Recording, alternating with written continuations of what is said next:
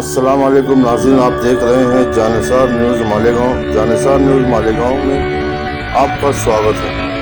नाज़रीन, चलिए आज की इस अहम खबर की तरफ। मालेगांव के कुछ अहम मसलों को लेकर के राउंड टेबल मीटिंग रखी गई थी। मालेगांव के रोज़गार से जुड़ा हुआ है साइजिंग का मसला। 2018 से साइजिंग वालों के ऊपर लटकती हुई तलवार थी और एनजीटी की तरफ से जो मसाइल थे, साइजिंगों को जो है कनेक्शन कट कर दिया गया था, उनको लॉक कर दिया गया था, ऐसे मसाइल थे। उससे लड़ने के लिए हमने जो रास्ता तय किया था कि ये जो पॉल्यूशन को लेकर के एनजीटी डिपार्टमेंट की तरफ से साइजिंगों को जो क्लोजर नोटिस मिलता है, ये सिलसिला बंद होना चाहिए। तो हमने केंद्र सरकार से मुसलसल कोशिश करके साइजिंगों को जो ऑरेंज जोन में रखा गया था, हमने सारे पुरावे दे करके ऑरेंज जोन से निकाल करके उसे ग्रीन जोन में डलवा दिया, ताकि अब इसके बाद ऐसा कोई मसला साइजिंग पर ना आए। अब अगर साइजिंग में बॉयलर के अंदर कोई गैर कानूनी तौर पर अगर लकड़ी से हट करके, कोयले से हट करके कचरा वगैरह जलाता है, ये उसका अपना मसला होगा और उस सिलसिले में पावरलूम एसोसिएशन की तरफ से कोई उनको मदद नहीं दी जाएगी। मालेगांव शहर हमारा शहर है और अगर किसी भी तरीके से लोगों को बीमारी से दो चार होना पड़ता है तो हम कहीं भी और कभी भी उसको सपोर्ट नहीं करेंगे। साइजिंग के जो ज़िम्मेदारान हैं, उनकी जो एसोसिएशन है, आज वो सारे ज़िम्मेदारान थे। कारपोरेशन की तरफ से अब जो पॉल्यूशन को लेकर के मैटर था वो ख़त्म हो गया। तब साइजिंगों के ऊपर दूसरी मुसीबत लाई गई कि तुम्हारे पास एनओसी है कि नहीं है, ये पेपर है कि नहीं है, वो पेपर है कि नहीं है। कारपोरेशन को जिन पेपर के मांगने का अधिकार नहीं है, कारपोरेशन वो पेपर भी मांग रही।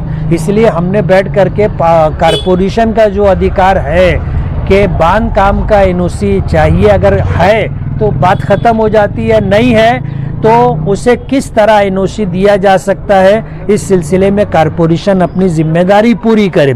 2018 से लेकर के जिन साइजिंगों के पास बांध काम एनओसी नहीं था, उन्होंने पाठ पुरावा किया। आज 5-7 साल हो गए, कारपोरेशन ने उनको किसी भी तरीके का कोई जवाब नहीं दिया। इसलिए हमने ये डिमांड की है कि उनको बांध काम की मंजूरी अगर नहीं है तो दे दी जाए और उसे कानून के दायरे में ला करके हर तरह की मुसीबत ख़त्म की जाए। एक विषय ये था। राउंड टेबल मीटिंग में दूसरा विषय जो हमारा था वो शहर के अंदर साफ़ सफाई को लेकर के। पीछे जो एजेंसी काम कर रही थी उसको कचरे का जो ठेका दिया गया था, कुछ 900 रुपये से लेके 1000 रुपये तक का था। काम बराबर नहीं होता था। नई एजेंसी को जो है काम दिया गया है और उसको जो बजाय 1000 के उसको 1900-2000 रुपये तक का उसको पर टन कचरा उठाने का पैसा दिया जा रहा है और शहर में कोई भी तब्दीली दिख नहीं रही है। अंधेर नगरी ये है कि सूखे कचरे का जो रेट दिया जा रहा है वही गीले कचरे का रेट भी उनको दिया जा रहा है।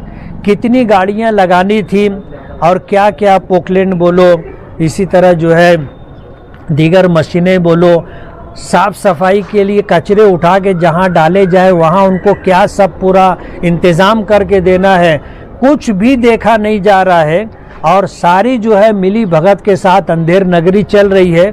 दूसरा विषय ये था। तीसरा विषय हेल्थ डिपार्टमेंट का था।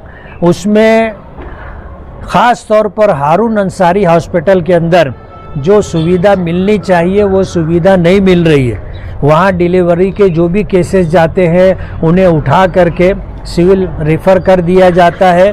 वहाँ पर इलाज और मुआवजा सही तरीके से नहीं हो रहा है। और चौथा विषय क्या था?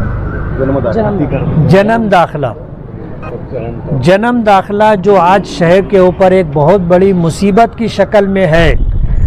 जो बच्चे आज उनकी बच्चे जो है डिलीवरी होने के बाद कारपोरेशन की तरफ से या प्रभाग की तरफ से उनको जन्म दाखिला मिल जाना चाहिए, साल भर के ऊपर हो गया, उनको जन्म दाखिला बना करके नहीं दिया जा रहा है। जाहिर बात है गवर्नमेंट की तरफ से भी इस तरह की कोई पाबंदी नहीं है। गवर्नमेंट की तरफ से जीआर है कि भाई 6 साल के अंदर के जो बच्चे हैं उनको जन्म दाखिला बना करके देना, लेकिन कारपोरेशन और प्रभाग की तरफ से दिया नहीं जा रहा है और मृत्यु दाखिला जो है वो भी नहीं दिया जा रहा है। अब जाहिर बात है, अगर मैयत का दाखिला है, मैयत का दाखिला देने में तुमको क्या दिक्कत है? उसमें कोई बांग्लादेशी और रोहिंग्याई होने का तो कोई मसला ही नहीं है। हिंदुस्तान के अंदर किसी की डेथ हुई है, मैयत हो गई है, तो मैयत दाखिला इशू करना कारपोरेशन की और प्रभाग की जिम्मेदारी है।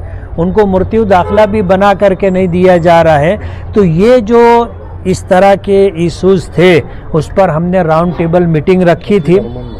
और इसी तरह जो शहर के अंदर अतिक्रमण है, अतिक्रमण डिपार्टमेंट है, उस पर ऑफिसरान जो है नामजद हैं, लेकिन शहर के अंदर अतिक्रमण निकालने के ताल्लुक से कोई कामकाज हो नहीं रहा है। शहर के अंदर जो बड़े बड़े रास्ते बंद हैं, लोगों ने बाकायदा घर बना करके वो रास्ते बंद कर दिए। हमने ये बात की कि वो रास्ते ओपन किए जाएं। उस रास्ते पर बसने वाले लोगों को मुतबादिल जगह दी जा चुकी है, घरकुल योजना में उनको खोली मिल चुकी है, उसके बाद भी वो रास्ते खोले नहीं गए। तो ऐसे बड़े बड़े रास्तों का खोलना, रोड रास्तों के ऊपर जो अतिक्रमण है उसको निकालना, डिपार्टमेंट को जिम्मेदारी देना और उनका जो है बाकायदा देखना कि काम किया है नहीं किया है। अतिक्रमण निकाला जाता है, दोबारा अतिक्रमण कर लिया जाता है और कारपोरेशन की तरफ से कोई निगरानी नहीं है।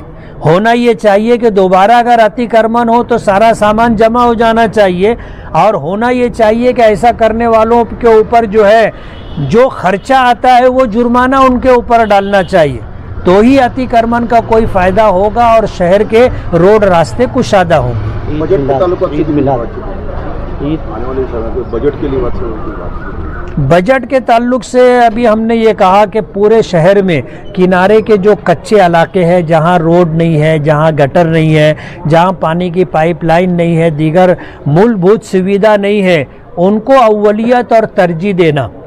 और हमने कोई बजट मांगा नहीं है, लेकिन हमने ये कहा है कि लोग आपसे बजट मांगते हैं, हम आपसे बजट नहीं मांग रहे।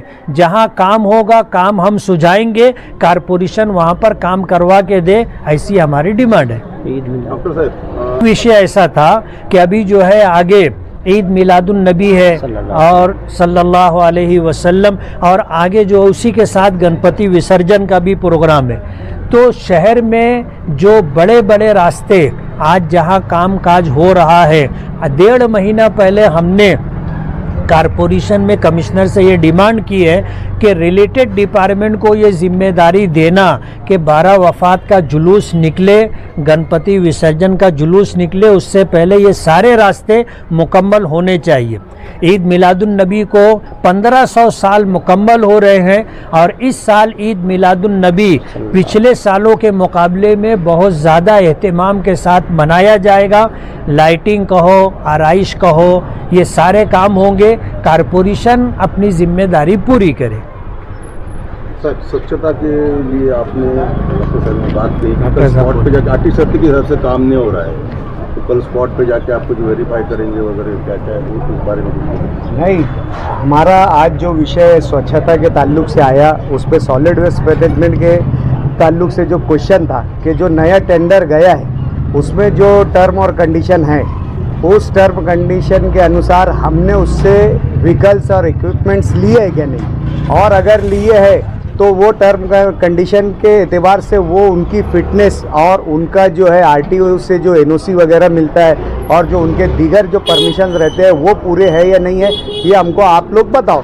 तो ऐसा स्वच्छता विभाग ने हमसे वादा किया है कि हम तो आपको उनके व्हीकल्स और इक्विपमेंट्स जो है वो 1-2 रोज़ में बता देंगे। दूसरा हमारा वहाँ पर क्वेश्चन जो था, सवाल जो था मेन, कि हमने सॉलिड वेस्ट मैनेजमेंट में घर घर डोर टू डोर कलेक्शन के लिए ये ठेका निकाला है, लेकिन डोर टू डोर कलेक्शन जो है आज ठेका हो नहीं रहा है। और उसका मेन वजह जो मेन रीज़न जो है कि हमने जो कचरा अलग करने की जो सिस्टम है, जो सेग्रीगेट करने का सिस्टम है कि सूखा एक तरफ गीला एक तरफ, उसके लिए कारपोरेशन अनुबंध है, कारपोरेशन जवाबदेह है कि वो चीज़ वो कारपोरेशन प्रोवाइड करेंगी ऐसी चीज़ जिसमें सूखा और गीला कचरा अलग रखा जा सके। आज कॉरपोरेशन वाले ये बोल रहे हैं कि 10-12 साल पहले हमने जो बकेट सप्लाई किए थे वो आज भी यूज़ हो रहे हैं, जो आज एक कॉमन सेंस ये बोलता है कि पॉसिबल नहीं है कि 12-13 साल पहले की बकेट आज जो है वो चल रही होंगी। हमारा बोलना ये था, जब आप ठेका रिन्यू कर रहे थे उस वक्त आप ये जो है प्रोसीजर आपने कर लेना चाहिए था। अगर आपको बकेट देते आती थी बकेट देना चाहिए था, अगर नहीं बकेट दे सकते थे तो कम से कम पॉलीथीन बैग मंथली एक महीने से दूसरे महीने के लिए इस्तेमाल करने के लिए कर कॉरपोरेशन देना चाहिए था। लेकिन कॉरपोरेशन की तरफ से ऐसी कोई कार्रवाई नहीं हुई जो इस टेंडर के लिए जो है सवाल उठाता है। अगर आपने अभी तक हमारा चैनल सब्सक्राइब नहीं किया तो हमारे चैनल को सब्सक्राइब कर लें।